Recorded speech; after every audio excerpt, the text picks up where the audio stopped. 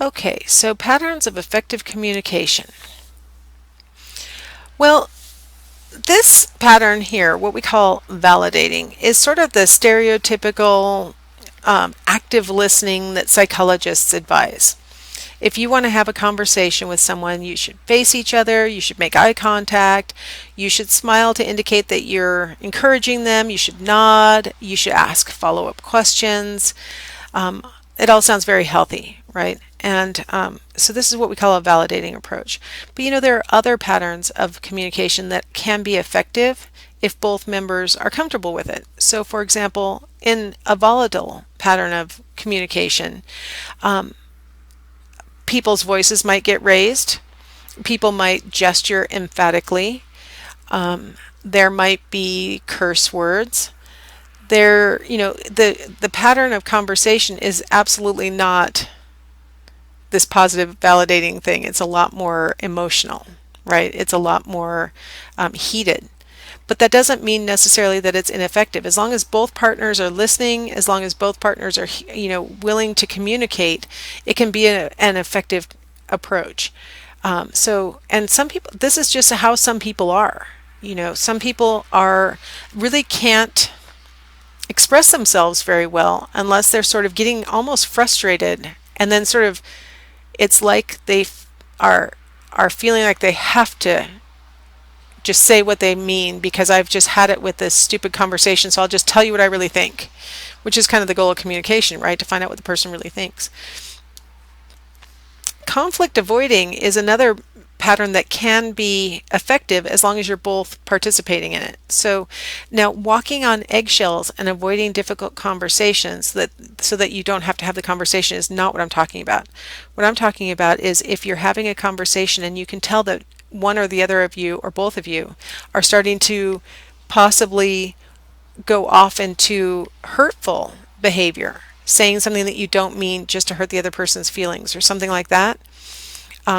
Saying, you know what, let's table this for a little while, let's take a little break, and let's come back when we have clearer heads.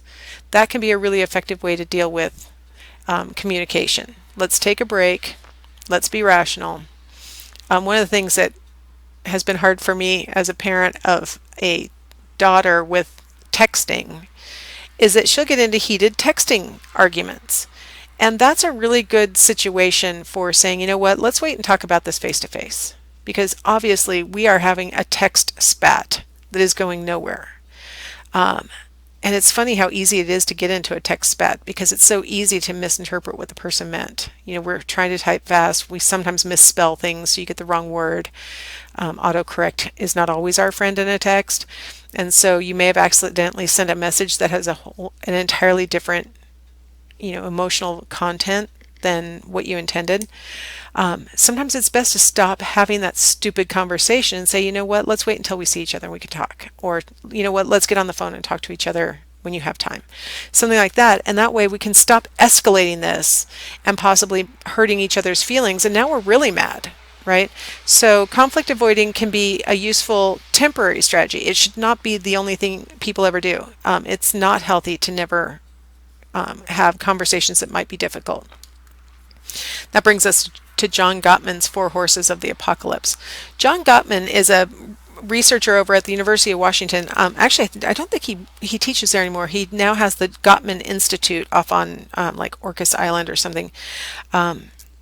And he just does couples therapies and things. But back when he was a researcher, he recruited couples who had been married for some minimum amount of time. I think it was 3 years minimum. And he put them into chairs that were facing each other, and each chair had a camera trained on it so that you could see each partner's faces and stuff while they were talking through the cameras. And then he would watch the playback of the two cameras side by side so he could see in real time the reactions of each partner and stuff. And the partners were assigned to talk about something that had been a hot button issue for them in the past 2 weeks. And for most couples, that's not too hard for them to think of something that they've been having difficulty with in the past 2 weeks because, people are human and there's always something to disagree about. So he asks them to have a conversation facing each other and he records it. Okay.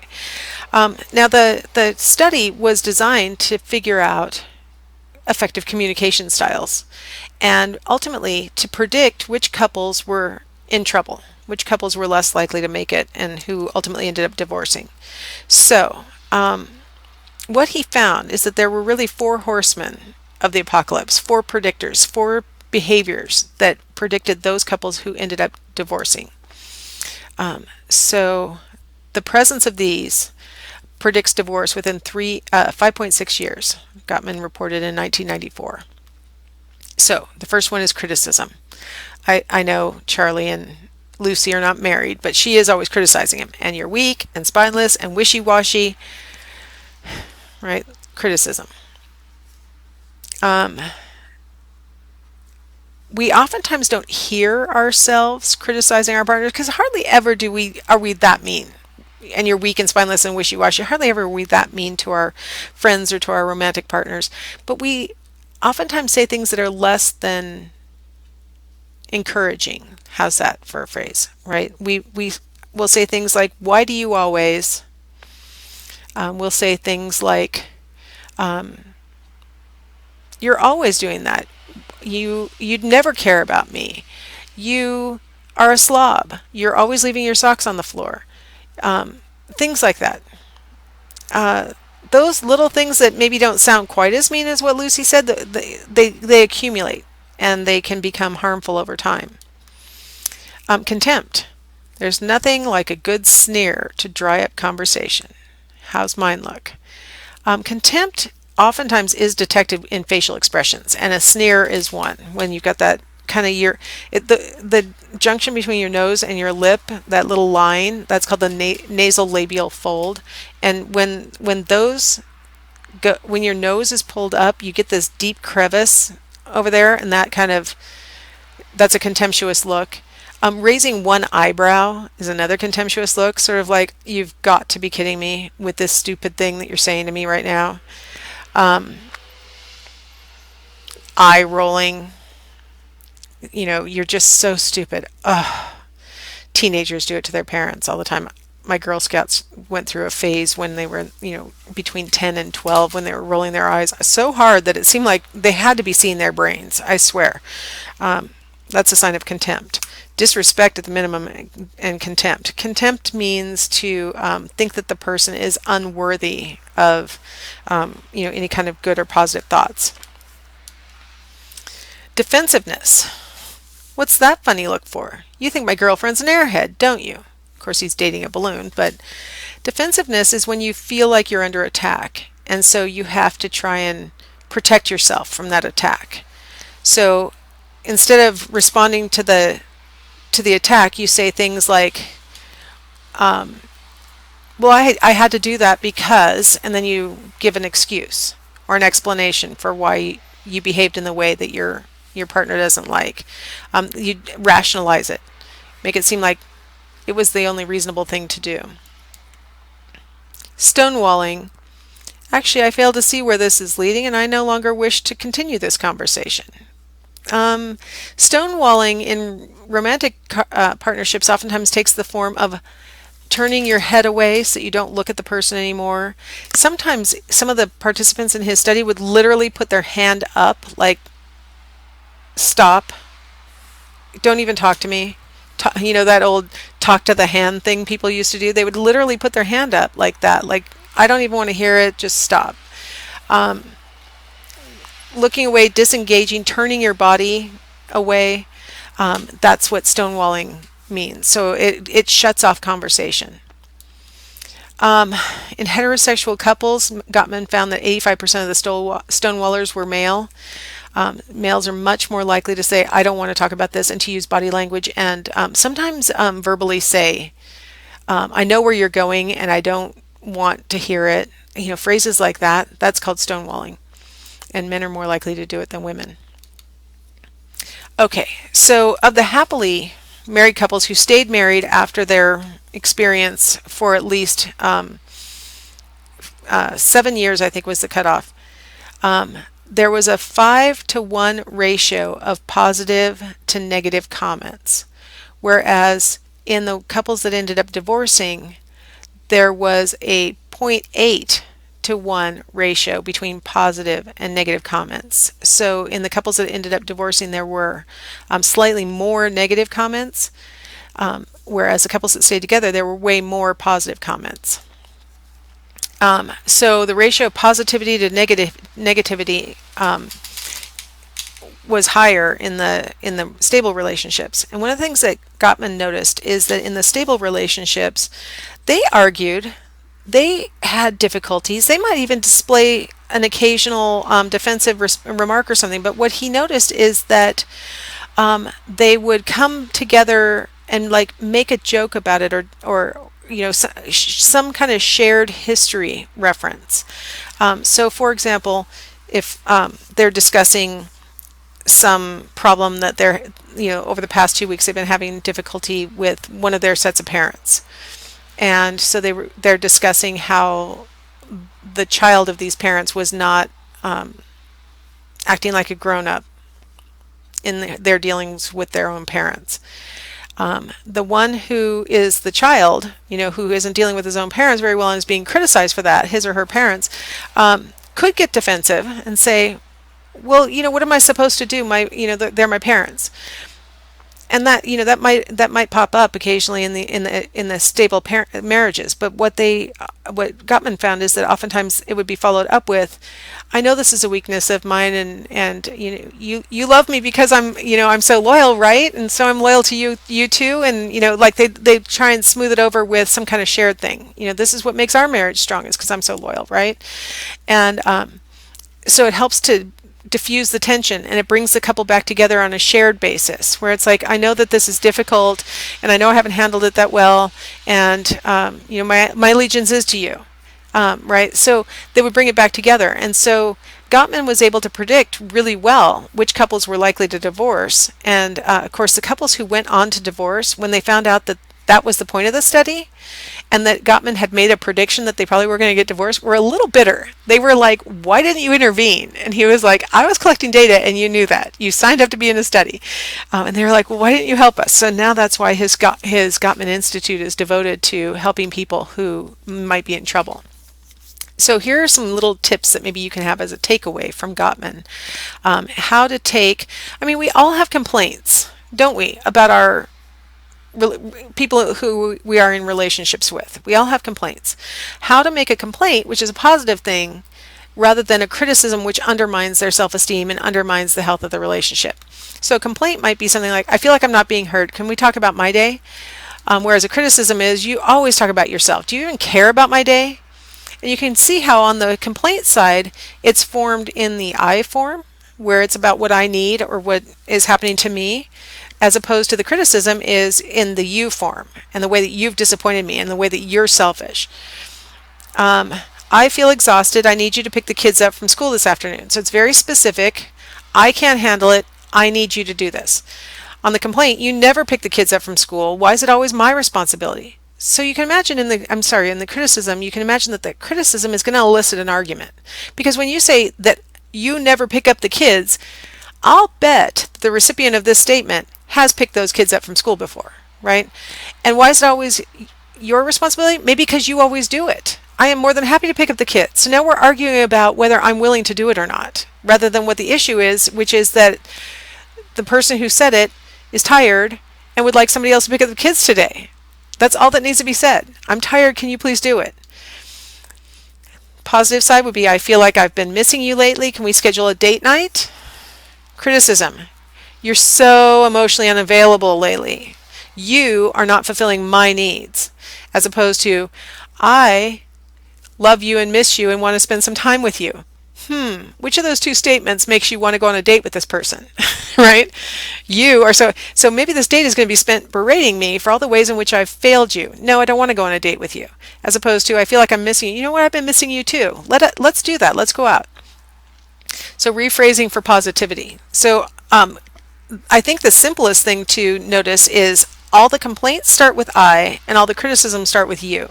So whenever you're wanting to share your complaint with somebody who you're friends with, or maybe it's your parent or your child, or it's your romantic partner, take a second, think about what you're going to say, and think about how can I say this in a way that it's based on me. One thing that my husband gets really frustrated with is that the kids will do pretty much anything I ask them to, and they will do rarely anything he asks. He's like, he says, you could say, I'm going to go swimming in a vat of acid and then I'm going to go slide down some razor blades. Who wants to go? And they'll both go, me, me, me. And I can say, I'm going for ice cream and then, the movies. And they'll be like, I don't feel like it. And I think, of course, he's being a little bit, exaggerating. But I always phrase everything in I statements. So I say to my kids, I need you to help me unload the car. And they help me unload the car. My husband says, you guys saw me pull into the driveway. You never get up and help me voluntarily. I shouldn't have to ask. Okay, well, which of the parents would you rather help? The one who says, I need you to do this, or the one who comes in already criticizing you? It's really hard to relearn. I have been working, my kids are just about to leave the house. So it's like, my beloved still has not learned it. It's just his style. And, it is hard to relearn a different style. So maybe those of you who are nice and young can work on it from the time you're nice and young. Those of us who are older, we're kind of like, this is my style. You guys are going to have to deal with it. I learned it as a nice PhD candidate when I was young, so I adopted this style. It's not like it was natural to me either. Some things that make it hard for us to share with an actual sexual partner, some details or some fantasies or some thoughts that maybe we should be sharing with them. So why do we keep quiet even in relationships where we should feel comfortable? Sometimes when we're talking about sexual issues, we're not sure that what we're talking about is true. And so a lot of times we're like, I'll just not say anything. So maybe I wanted to broach the topic of using a different birth control method, but I'm like, I'm not really sure if this one would work, or I'm not sure, I'm embarrassed that I even know about it, maybe, things like that. So embarrassment. Maybe I'm embarrassed. I don't want you to know, I don't want you to think I know it because I'm promiscuous. It's just because I took a human sexuality class. That's why I know it shouldn't be embarrassing, right? So one of the great things about a human sexuality class is, well, you're going to have some information. Maybe you can reduce embarrassment because instead of like just having knowledge, like saying stuff that maybe will be assumed to have been picked up through your vast experience in the world or something, you could just show the person your textbook and it's not as embarrassing. Not having the correct vocabulary. It's one of the things, like I told you, very beginning of class, I'm always going to use scientific vocabulary. That way it's slightly less embarrassing. It's very stilted. Yeah, my children have told me it almost increases their embarrassment because I sound like, if you watch Big Bang Theory, I sound like Sheldon, using these scientific terms. But I'm like, well, that way I'm just like some robot telling you stuff that you need to know rather than using street language that would make it seem like now it's embarrassing that I know the street language. I mean, I think for kids it can be embarrassing either way. At least I can be like an authority by using the correct vocabulary. When you're in a romantic relationship, you have to establish what your vocabulary is going to be. Because, well, you don't want to sound like a scientist. That's not very romantic. You don't want to sound like you're in a locker room. That's not very romantic. So you have to kind of, and you'll notice couples do, they establish their own terms for things and, but until you've gotten to that point, you don't have the right words to talk about things that maybe you should be talking about. Fear of being judged, like I mentioned before, maybe you're worried that your partner will perceive you to be promiscuous if you know these things, or maybe you know them because you had to be treated for that before or something, right? You worry about what they're going to think and how they'll judge you, and maybe they'll think you're just so abnormal, right? In the negative way, bad. There are certain taboos. Like I said, previously we're not supposed to talk about sex, religion, things like that. And so there are taboos about things that we're supposed to talk about. But when you're in a romantic, closer, more emotionally invested relationship, you can imagine that maybe some of the taboos are supposed to get lifted, but it may take a while before you feel comfortable enough to talk about things that are normally taboo issues. And then fear of rejection, I think, is at the heart of all of this, that you're afraid that the person will say, yeah, if I'd known this before, we would not have spent this much time together. And so that they're going to reject you. And so that's why we tend to be really careful about what we reveal and at what stage of relationships, right? But I think the three things on the left can be overcome by, getting educated on this topic, and then, having deliberate conversations, saying, you know what, I know this is difficult. I know that we don't want to have to talk about these things, but here, we need to. So let's use sciencey words. Let's get this over with.